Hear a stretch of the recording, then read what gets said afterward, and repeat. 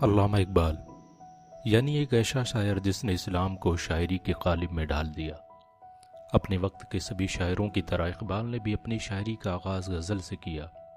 لیکن بہت جلد انہیں یہ احساس ہو گیا کہ وہ کسی خاص مقصد کے لیے پیدا ہوئے ہیں،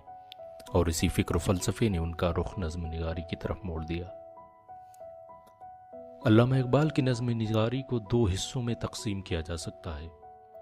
ایک وہ دور زیر تعلیم تھے اور دوسرا وہ جب انہوں نے انگلینڈ کا سفر کیا۔ علامہ اقبال کا ماننا تھا کہ شاعری صرف حسن و عشق گل و بلبل کی داستانوں کا نام نہیں ہے، بلکہ یہ وہ ذریعہ ہے جس کے ذریعے قوموں کی رہنمائی کا کارنامہ انجام دیا جا سکتا ہے۔ علامہ اقبال ایک فطری شاعر تھے جن کے اندر نظم نگاری کے عناصر پہلے سے موجود تھے، اور اس کا جوہر دنیا تب بھی دیکھ چکی تھی جب وہ زیر تعلیم تھے۔ بانگ درا علامہ اقبال کا پہلا مجموعہ کلام ہے، اور اس کی پہلی نظم ہمالیہ ایک شاہکار کے روپ میں ہمارے سامنے آتی ہے۔ یہ وہی نظم تھی جس کے اندر پیش کیا گیا فلسفہ آنے والے دور میں فلسفہ خودی کے نام سے مشہور ہوا، اور جس نے اقبال کو اس منصب و مقام پر فائز کر دیا جس کی مثال اردو ادب کی تاریخ میں ملنا مشکل ہے۔ علامہ اقبال نے اپنی نظم نگاری کے ابتدائی دور یعنی 1900 سے 1905 کے درمیان ہمالیہ، نیا شوالا اور ترانہ ہندی جیسی بہت سی نظمیں لکھی، جن کے مطالعے سے یہ بات واضح ہو جاتی ہے کہ اقبال ہندوستانی تہذیب و ثقافت سے حد درجہ متاثر تھے، اور انہوں نے ہندو مسلم کے مابین فرق کو مٹانا چاہا، اور اس کے پیش نظر انہوں نے اپنی شہر آفاق نظم نیا شوالا کے مضمون کو ترتیب دیا۔ انہوں نے اپنی نظم نیا شوالا میں جو پیغام دیا وہ پیغام یہی تھا: پتھر کی مورتوں میں سمجھا ہے تو خدا ہے، خاک وطن کا مجھ کو ہر ذرہ دیوتا ہے، اپنوں سے بیر رکھنا تو نے بتوں سے سیکھا، جنگ و زدل سکھایا وعظ بھی خدا نے۔ علامہ اقبال نے اپنی نظم میں ایک طرف جہاں فرقہ واریت پر ضرب ماری، وہیں دوسری طرف انہوں نے ایک خواب دیکھا، اور وہ خواب یہی تھا: ہر صبح اٹھ کے گائیں منتر وہ میٹھے میٹھے، سارے پجاریوں کی میں پیت کی پلا دے،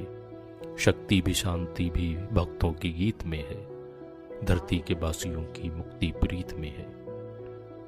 لیکن علامہ اقبال کے شوالا بنانے کے خواب کی جس میں سبھی مذاہب کے لوگ امن آستی سے رہتے ہوں، اس وقت ٹوٹ گئے جب انہوں نے مغرب میں جا کر دیکھا کہ دنیا کے سبھی مذاہب اسلام کو مٹانے پر آمادہ ہیں، اور وہ مسلمانوں کے وجود کو صفحہ ہستی سے مٹانے کے لیے بڑے ہی غضبناک منصوبے ترتیب دے رہے ہیں۔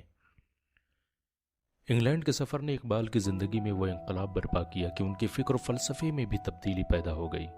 اور وہ یہ کہنے پر مجبور ہو گئے: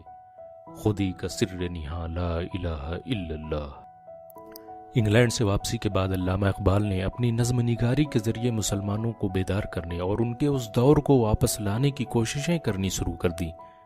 کہ جب فلسفہ اور سائنس سے لے کر علم و حکمت کے سبھی آسمانوں پر مسلمانوں کے نام دکھائی دیا کرتے تھے۔ انہوں نے اپنے اس درد کو بیان کرتے ہوئے یہاں تک کہہ دیا: کبھی اے نوجوان مسلم تدبر بھی کیا تو نے،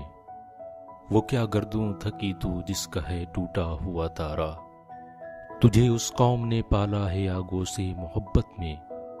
کچل ڈالا تھا جس نے پاؤں سے تاجے سرے دارا، مگر وہ علم کے موتی کتابیں اپنے آبا کی، جو دیکھیں ان کو یورپ میں تو دل ہوتا ہے سی پارا۔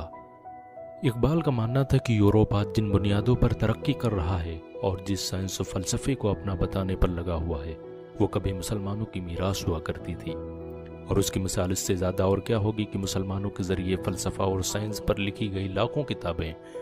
آج بھی یورپ کی لائبریریوں میں موجود ہیں۔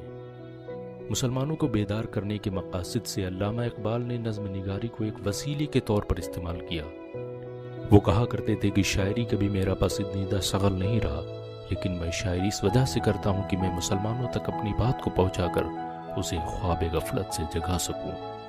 اقبال کی شاعری ان کے دل کی بات تھی، اور یہی وجہ ہے کہ اس میں اثر تھا۔ انہوں نے مسلمانوں کو بیدار کرنے کے مقاصد سے شہباز اور شاہی جیسی تشبیہاتیں ایجاد کی، اور مسلمانوں کو مخاطب کرتے ہوئے کہا: تو شاہی ہے پرواز ہے کام تیرا، تیرے سامنے آسماں اور بھی ہیں۔ اقبال نے آزاد شخص کی جہاں شہباز اور شاہی سے تشبیہ دی، وہیں انہوں نے غلامی کو ممولی سے تعبیر دیا، یعنی ایک ایسا پرندہ جو کافی کمزور ہوتا ہے۔ وہ اکثر کہا کرتے تھے: بہتر ہے بیچارے ممولوں کی نظر سے پوشیدہ رہیں باز کے احوال و مقامات، محکوم کو پیروں کی کرامات کا سودا ہے بندہ آزاد خود ایک زندہ کرامات۔ علامہ اقبال مولانا روم سے کافی متاثر تھے اور انہوں نے اپنی نظموں کے ذریعے ہندوستان میں وہی کام کرنے کی کوشش کی جو مولانا روم نے اپنی مثنوی کے ذریعے سر انجام دیا تھا، یعنی شاعری کے ذریعے اسلام کی تبلیغ۔ علامہ اقبال کا فلسفہ خودی جو ایک وقت سوالہ بنانے کے خواب دیکھتا تھا، بدلتے وقت کے ساتھ مسلمانوں کے جذبہ ایمان کو فروغ دینے کا ذریعہ بننے لگا، اور اسی سلسلے میں انہوں نے کہا تھا کہ تیری زندگی اسی سے، تیری آبرو اسی سے، جو رہی خودی تو شاہی، نہ رہی تو روسی آہی۔ اپنی نظم نگاری کے ذریعے ہی علامہ اقبال نے اس مرد کامل کا تعارف کروایا جس کی نگاہ مرد مومن سے تقدیریں بدل جایا کرتی تھیں اور جو بالوں پر روح العمی پیدا کر لیا کرتا تھا۔ اقبال کی مانے تو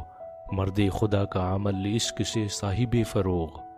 عشق ہے اصل حیات، موت ہے اس۔ اقبال کی نظم نگاری میں موسیقیت کا ایک الگ لہب و لہجہ ہوا کرتا تھا،